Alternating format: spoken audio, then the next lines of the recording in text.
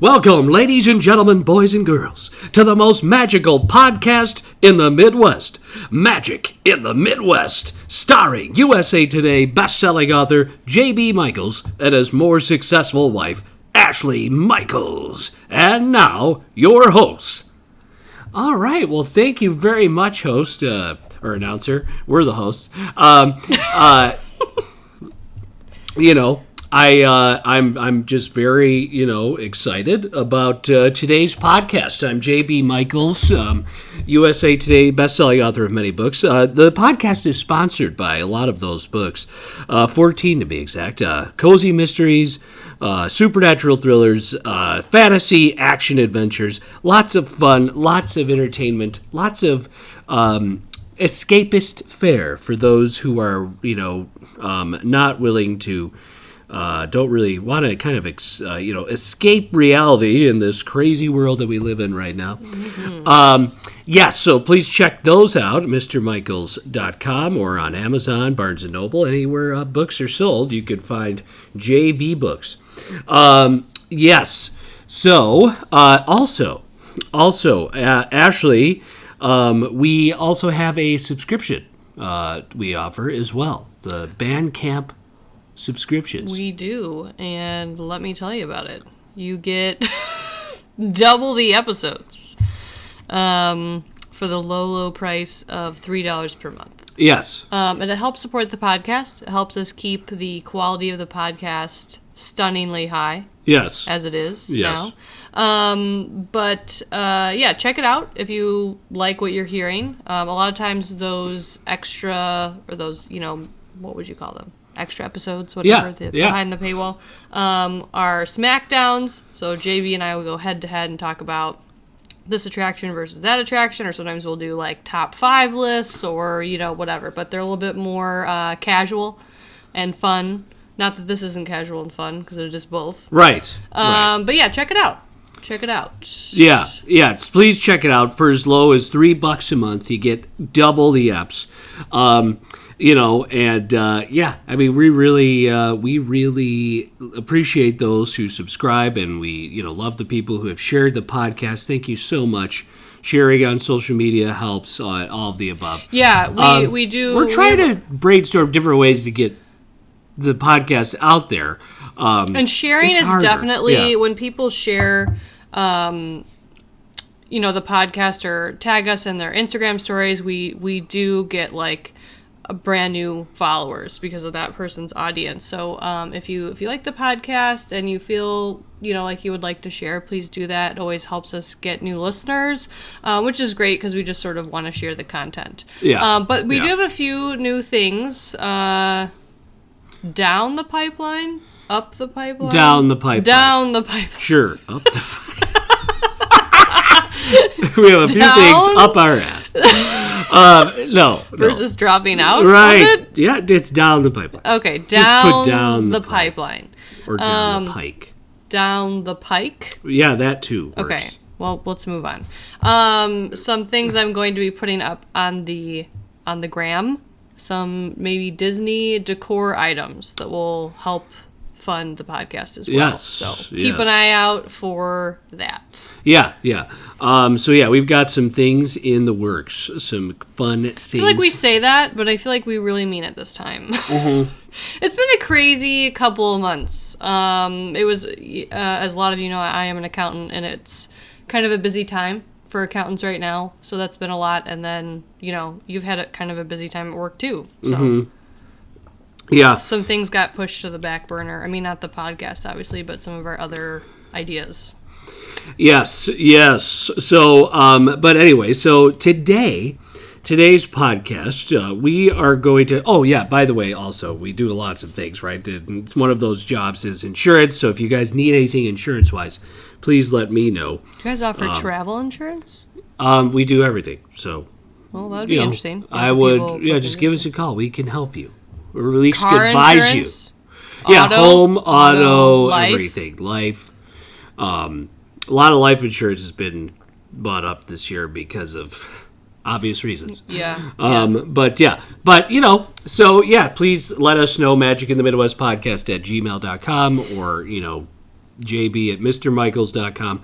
There's lots of ways to get a hold of us. So geez, you just reach out if you want anything. Now, well, not anything. Something that's related to what we're talking about. You idiot! Why would you say what? I thought it was funny. That was not funny. I don't know. Okay. You don't get to decide. Okay. So today we realized we were remiss. We got so excited about talking about Animal Kingdom after Studios that we did not talk about the resorts near Hollywood Studios. Mm-hmm. We just blew on by. Yeah, it was really dumbish. We were just focusing on what was down the pipeline. Yes, and not what should be right in front of us. And then things went up the pipeline and got stuck. Okay. Yes. So, yeah. Anyway, so this podcast is something we definitely need right now because there's about 12 inches of snow just everywhere. It's crazy. I think almost more. It's crazy. We'd like to not be here. Indeed. Snow is pretty, but I just don't want to deal with it. You know, we have to go out there and dig the car out. I already did that. Yeah. I want everyone to know I did it. No, she insisted on doing it. She does I want to do it. Don't tell me I can't do it. I want to do it. I'm going to put a poll up. I was like, I was going to... Who do you think shovels Magic in the Midwest's driveway? Yeah. Who? Yes. JB or Ash? Me. So anyway. But yeah.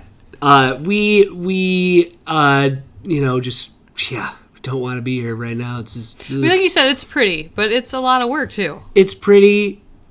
It's, luckily, thank goodness it's a Sunday. Tomorrow is February, right? So what does that mean? We are 1 month closer to being out of the winter. January's tough. Feb is tough. March is sort of rainy, but it gets better near the end of March. Yeah, March is a crapshoot because my birthday's in March, and there have been birthdays where it's been like 75 degrees and sunny, 75 and sunny, right. And then other birthdays where it's been snowing. Right. Yeah, so it's a very interesting, it's just a rough time of year to be here up in the here Midwest. in the Midwest. Yeah, it is. It's just long, Plus you compound that with everything else. It's crazy. So we love to just talk about the podcast, talk about Disney, talk about fun, and that's what we're going to do. So we're going to head over to, and now listen, there's still more resorts in this area that we aren't even getting to, because Walt Disney World is a big place. So here is the first one we're going to talk about is Art of Animation. Okay, and now Art of Animation is relatively new-ish. I don't think it's been around.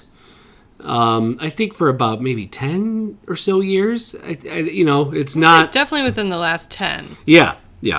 And the big push for this resort. Now, this was considered a value resort. Although now it's sort of I don't know. It's kind of blending the lines. Disney's sort of blurring the lines now between moderate and value resorts and deluxe resorts. I feel like you could pay pretty close to deluxe resorts at Art of Animation if you're staying in the Finding Nemo family. Yeah, but suites. the important thing to note there is that those are every section of Art of Animation except for one, the Little Mermaid section, is suites that sleep 6. So yes, even though you're paying more than other value resorts, you're getting more space and more sleeping room. So that it gets confusing because it usually when Disney lists it out, and like JB said, they are blurring the line, so it's getting harder and harder to tell the difference sometimes. Right. But it is listed under the value resorts. But it's priced a lot higher because it sleeps 6 versus 4 or 5, and then it has like a bedroom and then like a living area with a Murphy bed, which is different than just having like a room. So okay, so I would say close to the time period that Animal Kingdom opened. Okay, Mike Eisner started doing more resorts. Michael Eisner started doing more resorts. The first resort, the big resort that he wanted to do was Grand Floridian. So the Grand Floridian was built. And then, like, the Disney Inn was built, then the Disney Institute, which is now Saratoga Springs, which has been changed. And, like, so he built out more of these deluxe resorts. And then in the early 90s, he built the Caribbean Beach, which the Caribbean Beach was the first of the moderate resorts, meaning that, you didn't have to spend $400 a night, or $300 a night. You could spend $100, $150, a night. So moderate resorts. And then late 90s, it came the value resorts. Okay, the value resorts originally were, the first values were All-Stars. The All-Star Music, All-Star Movies, and All-Star Sports resorts. And basically those were, they're basically just, kind of like motels, right? I mean, they're big buildings. There's no balconies in the rooms, right? It's just your doors on the on the outside. I mean, like the hallways, like the way you get to your room is like outside. A lot of that is the case. Some of it, so, most of the time that's the case. But again, it was a great idea because it also allowed for even cheaper prices to stay on Disney property. Absolutely. Which we're all for. And sort of the design of these value resorts were to have like these like big icon things, like, in different, near the different buildings and different themes. Well, I would say Art of Animation is sort of the top tier of the value resorts, right? And, it's really neat because each part of the resort has a different like theme as far as the animation is concerned. So here's what the Disney website says about Art of Animation. It says, be surrounded in the artistry, enchantment, and magic of Walt Disney and Pixar movies. Stay at a Disney Resort hotel that invites you to explore the storybook landscapes seen in such classics as Finding Nemo, Cars, The Lion King, and The Little Mermaid. From delightfully themed family suites to wondrously detailed courtyards, Disney's Art of Animation draws you and your family in to become part of some of your favorite animated films. So basically, like, the biggest one and where all the family suites are, okay, and the largest resort pool in all of Walt Disney World is in the Finding Nemo section, which we actually went to Art of Animation ourselves just to kind of check it out because it's really neat. And Harrison was little, and he liked seeing all the really big characters. Yeah, the really big like statues and decorations. Yes. So, and it's got this really huge,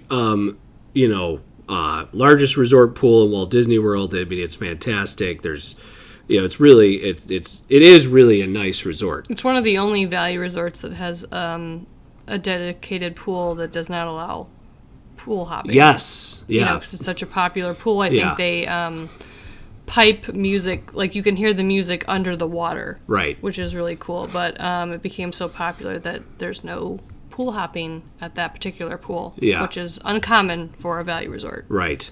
So this area, Art of Animation and Pop Century Resort, which we'll talk about later, but this area is by far the most densely packed as far as, like, there's the most rooms of Walt Disney World are in this area. And this is by far, when Disney is normal, okay, this is where most people stay. Is Pop Century and Art of Animation. Yeah. Most people are here. I believe it. We walked around, and, there's the Finding Nemo part, and there's the huge, Mr. Ray, and, like, there's all the coral, and, like, believe me, the sides of the actual, room buildings are decorated in, with fish and, under the sea type of,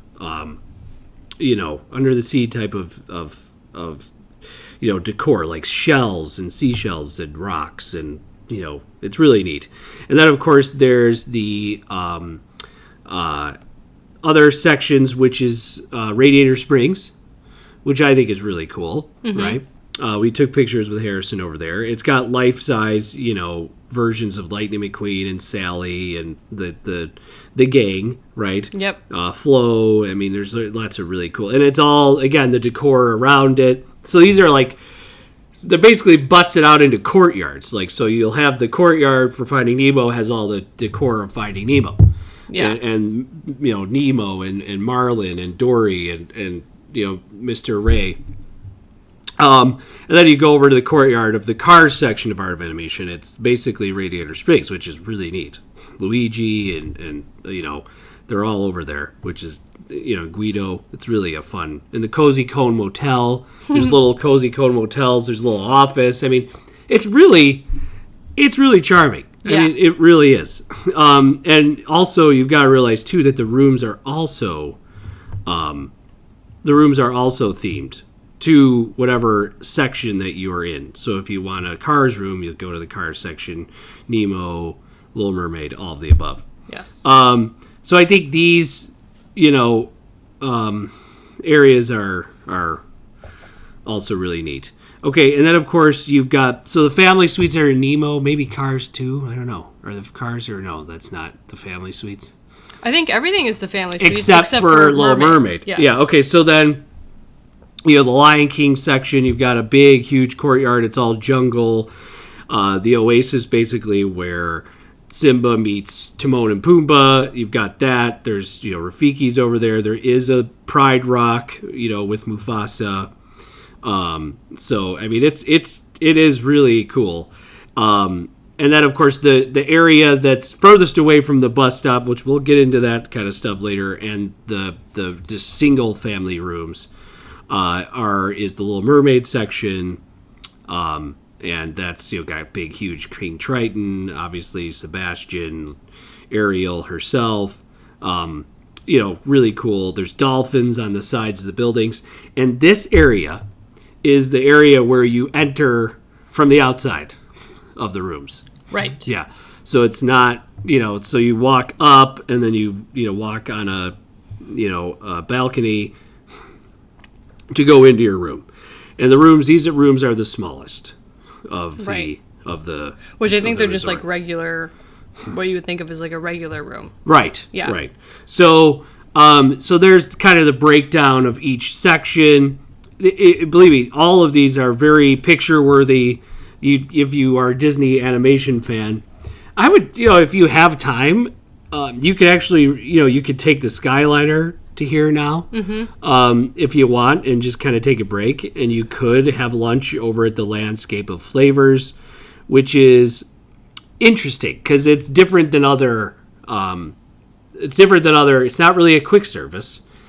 It's more. I wouldn't call it quick service. It's like a counter service. Like you go up to a counter and get your food. Yes. It's different than because it's called Landscape of Flavors. It's a massive. It's huge. Like cafeteria. It's like a very nice food court. Yeah. Honestly, that's sort of what it's like. I mean, which is nice because there's lots of different things to choose from. And if you have picky family members, you can choose to get meals from different sections of that, quick service, whatever it's called.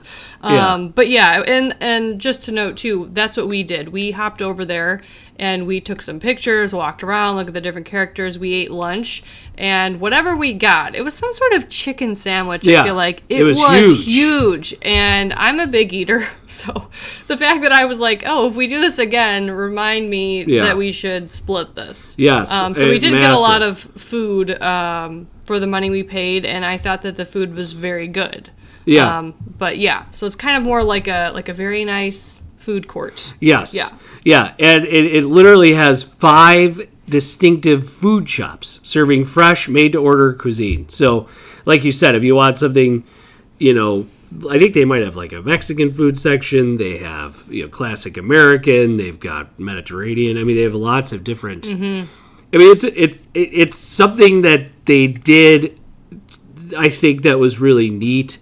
Because before most of these, like a moderate resort or a value resort, it's just like kind of a big cafe, and there's only one menu. Whereas this is much different. Like you kind of do everything yourself, really, and I think it's a really good idea. I like it. It was good. It was, but Ash and I did realize when we were in there, wow, this is big. Oh yeah, it was huge. Yeah, it was huge. Which I mean, it has to be because it has so many people staying there. But it felt massive. There are people that come to Disney, and this is the only resort they stay at. Is Art of Animation. Well, to be fair, though, I mean, you think about it. Let's say you have more than... I mean, there's two different types, right? There might be a family that stays there that has only 1 or 2 kids, but they want more space. They want their own bedroom, and the kids can sleep in the other room. Right.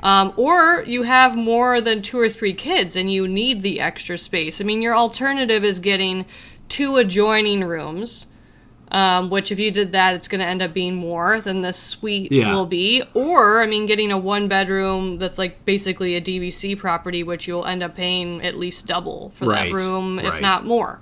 So it is a value in terms of the space and sleeping arrangement it offers. So I totally get why you would want to stay here. Yeah. Over other... because we have friends that stayed there that have 2 kids, but they loved having the extra space. Because the kids kind of had their own, because they're a little older, they had their own section, and then they could go to bed in the bedroom, and it was just nice to have not everyone, in the same room snoring or, whatever. And Universal sort of copied this with their Cabana Bay resorts. Very similar situation. Now, it's funny, on the website to Disney... Do you think it's the same as Cabana Bay? I don't... This isn't like a separate room.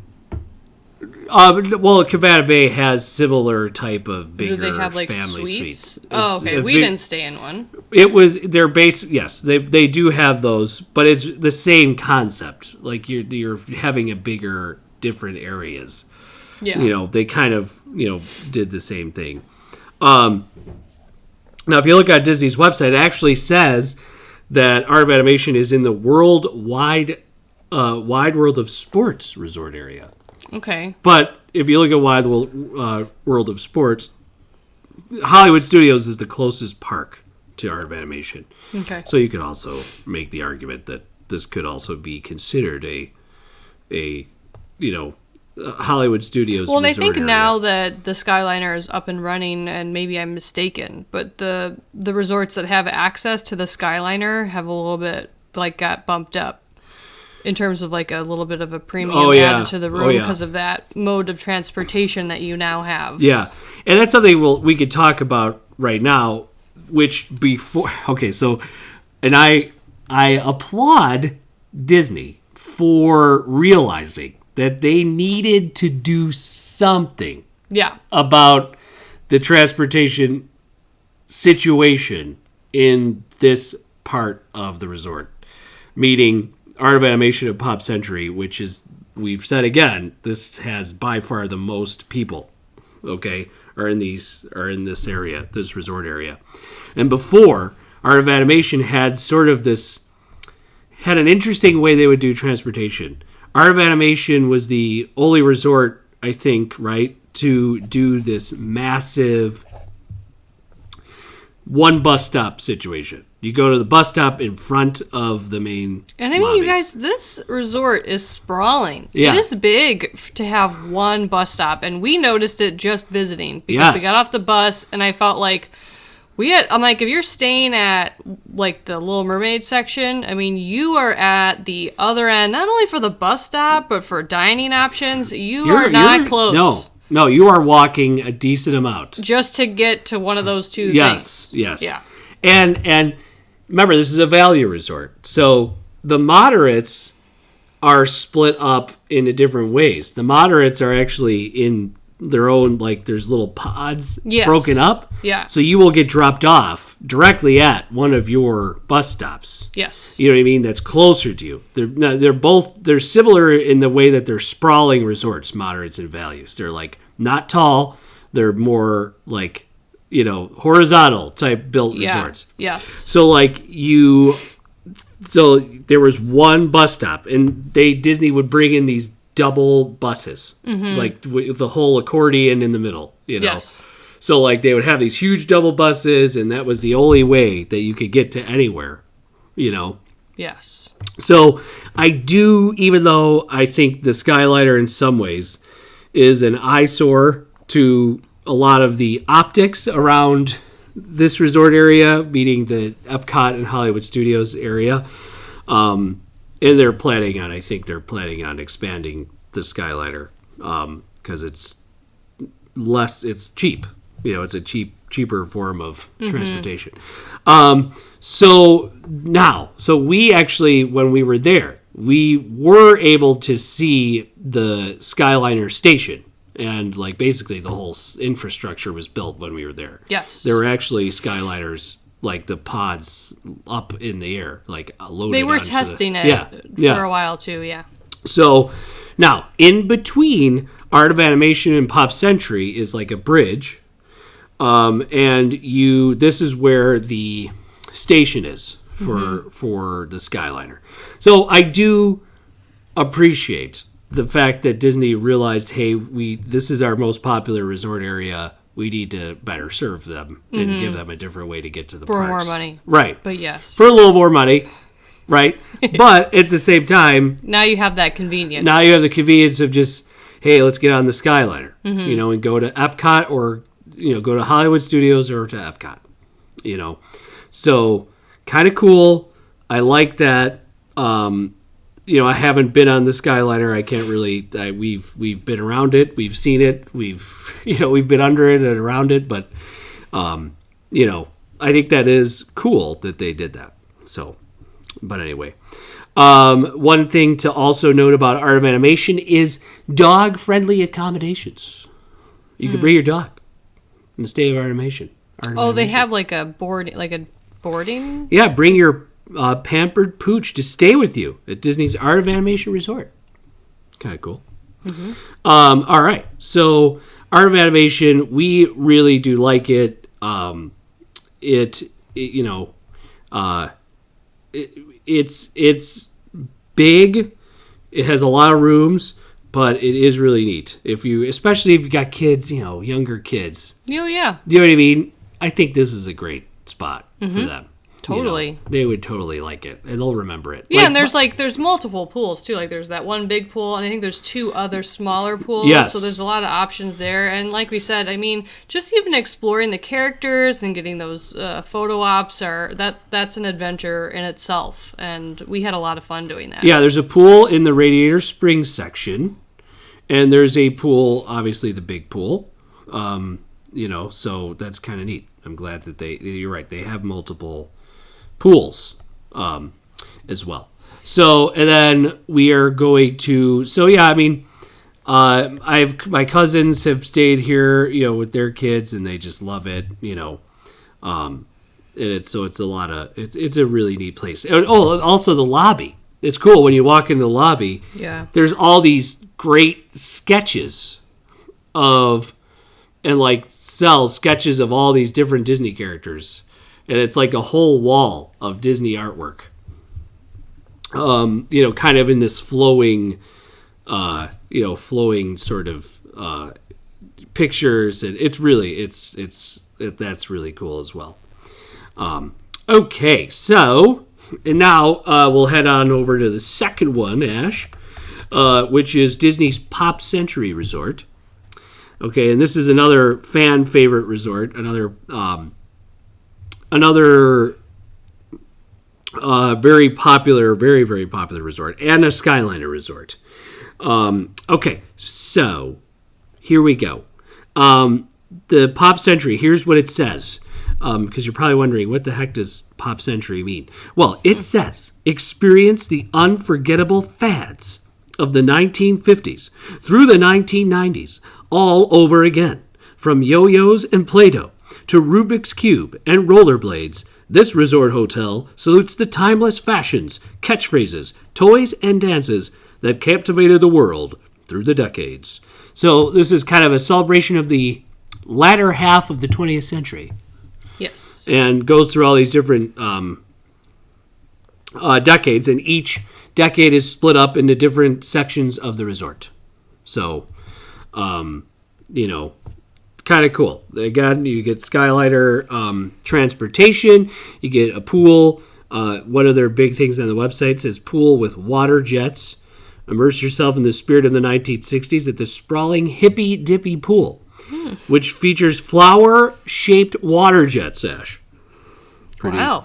Two more pools, the smaller 1950s bowling pool and the 1990s computer pool, are also on hand for guests looking to take the pop culture plunge. So kind of neat. It's a pretty cool. I like this one too. It has we're looking at, if you look at the pictures, there's a 23-foot tall Roger Rabbit that welcomes you to the 1980s themed area of the Disney's Pop Century Resort. Pretty cool. Yeah. I mean, that's cool. That's cool. And then, there's, you kind of walk into the lobby and it's called the Classic Hall area. And it kind of, boasts everything Pop and Shop food court and a timeline wall with photos from the 50s through the 60s, which I think is neat. The Hippy Dippy Pool, of course, is very 60s themed. And you could, there are those big, like we said, those big flower water jets that kind of spray down into the water, which is fun. And then, of course, people dancing. It's neat. It just looks. It's funny too because Cabana Bay at Universal is sort of a copy of this. It's very similar. In a way. And I want to note too. I think that the rooms have been redone recently. Recently. And here's my note on that, is that it looks like a lot of the rooms have a regular queen-size bed, and then the other bed is a Murphy bed that doubles as your little table, which is kind of cool in terms of space in the room. Yeah. But then it also looks like they have some sort of laminate or wood flooring, and I just wonder how that is in terms of noise above you. True. Because a lot of people don't like carpet, but one of the main reasons for carpet in hotels is to help with that noise above you, especially with kids running around at 6:30 in the morning. So I wonder how that is for guests there, or if they did something to, make it quieter. And then I also noticed that there's storage under the bed. A lot of times you can't put anything under a bed in a Disney hotel. They're sort of just they go all the way to the ground. Yeah.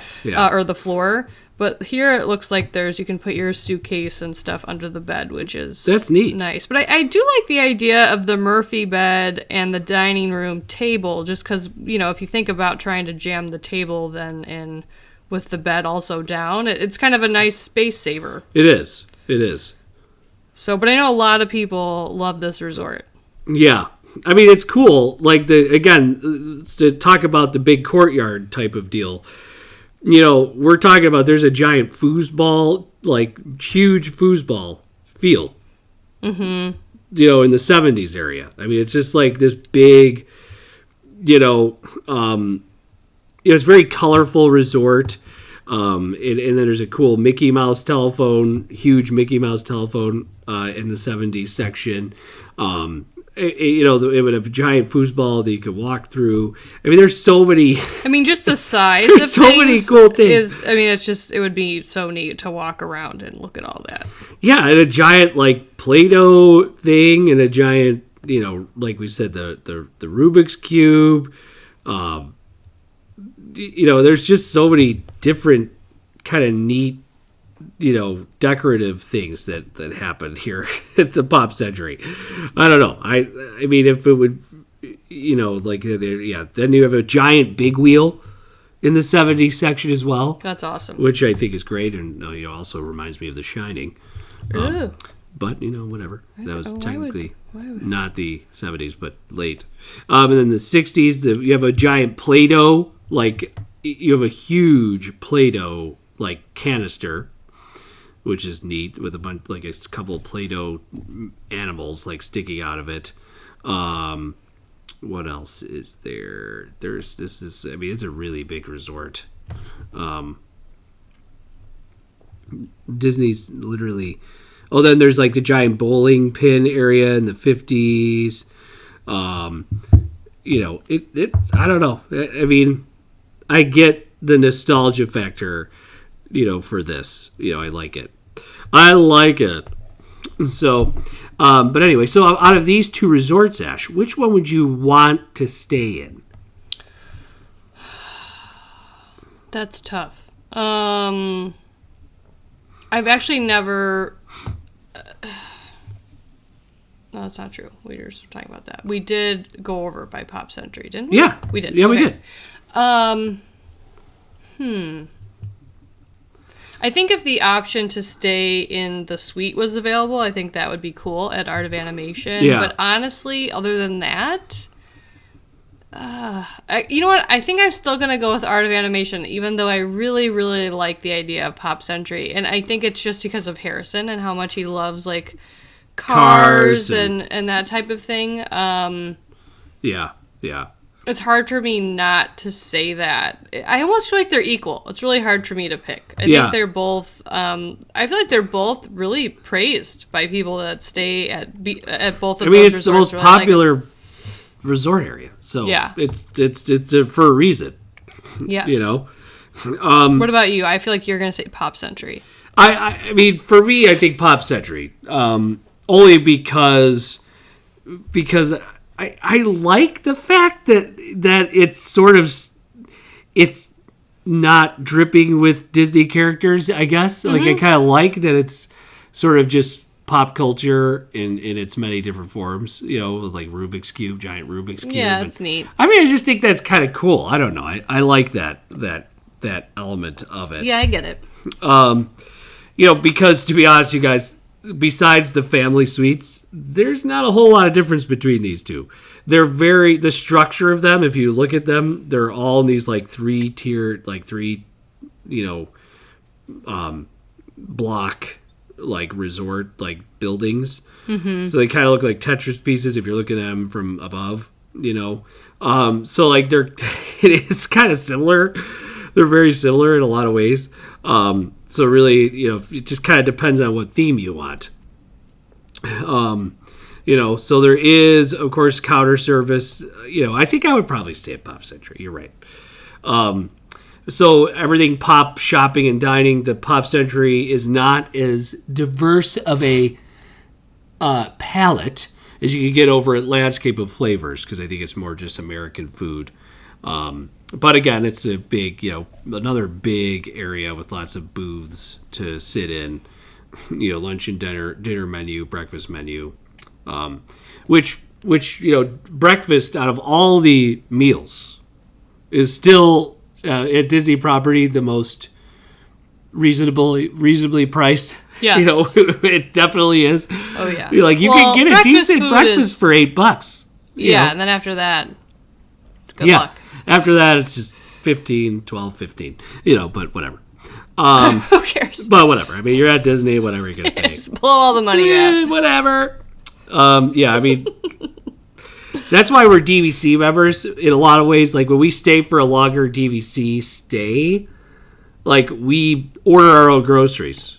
You know, makes a huge difference. Guys, it makes a giant difference. And you guys, it's not that difficult to do with Amazon Prime or Pantry, whatever it's called. Yeah. And I know they added, like Disney added like a $5 service fee, but that's just because people weren't tipping the people that were dealing with all the groceries, which, I mean, they should be because they're dealing with all the groceries. So, yes. I mean, $5 is a very small fee to pay to make up the difference. I mean, the amount of money we did not spend on food over that 8-day trip we did, because we did groceries. Yes. Was, I mean, a huge savings. We're talking a big amount of money.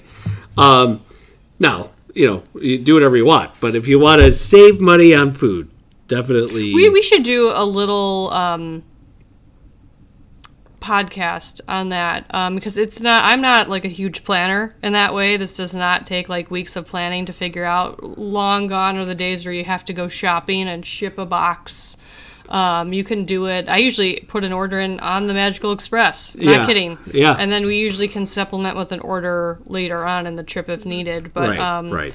Because of all the delivery services, things are much easier to do now. To kind of get your own food. You know, and then you can kind of like, you know, if you want to splurge on a nice, we usually do like one nice dinner. Yeah. On a, you know, a nice dinner, meaning that we don't, most of the time we only do the $2 sign type dinners, like Le Chefs de France or, Mexico Pavilion, you know what I mean? Like we don't, like we're not. A lot of times we'll just grab quick service for dinner and we'll eat breakfast and lunch in the room. And then, we'll do one more $3 money signs. Remember, that's what you call it. Right, money signs. Money signs. And the other thing, too, is, that's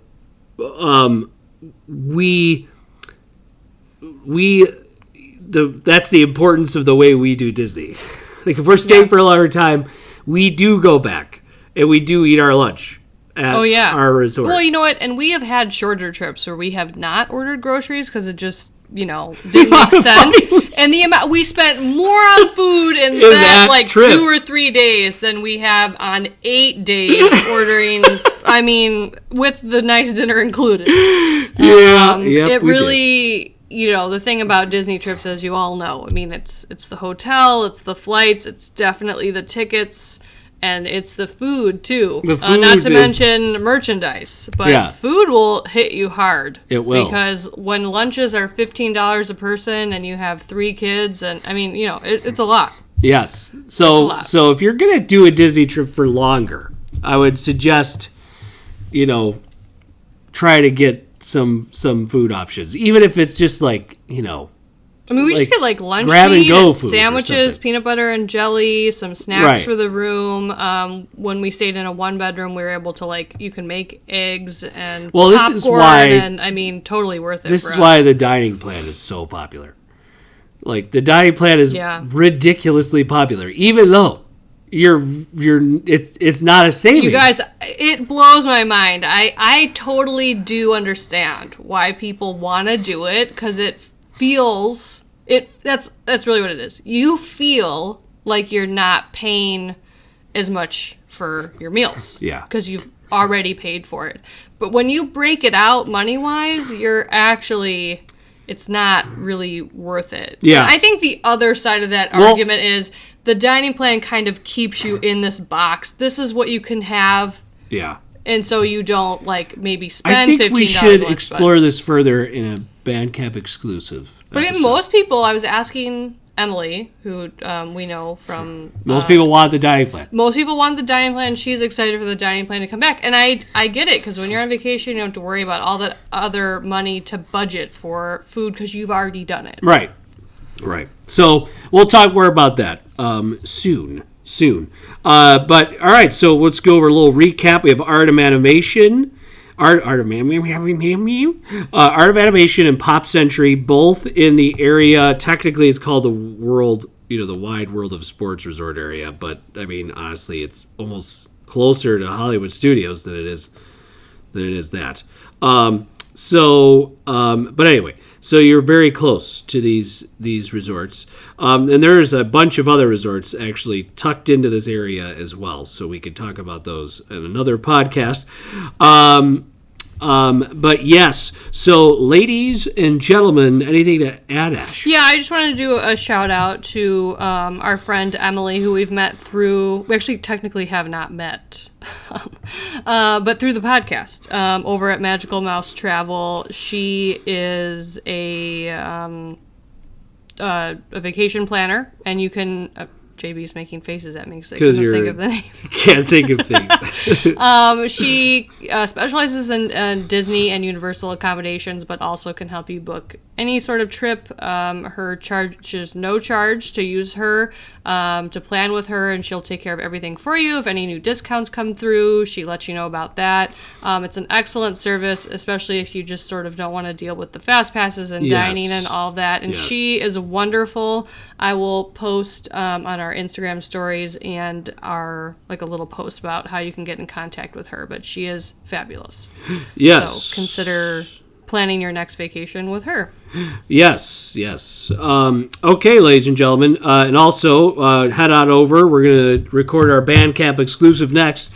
If you want to know what that is, you could subscribe to the Bandcamp exclusive. For how much is it? For literally $3 a month. I mean, would you even know it was gone?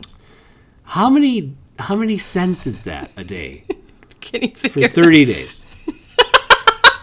I don't know. You can't figure it out? I mean, it'd be... 10 cents a day, right? Yeah.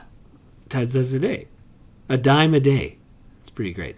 Anyway, all right. I don't know if that's... Something like that. I don't know if 10, that's... I mean, is 10, that really what we need to say to get people to... No. $1. Forget the math. I'm saying, do we need to break it down by day? Anyway, so, ladies and gentlemen, Art of Animation and Pop Century, $3 a month. Come on over to the Bandcamp exclusive. Thanks you to those who subscribe. All right, and from the Midwest, see you later.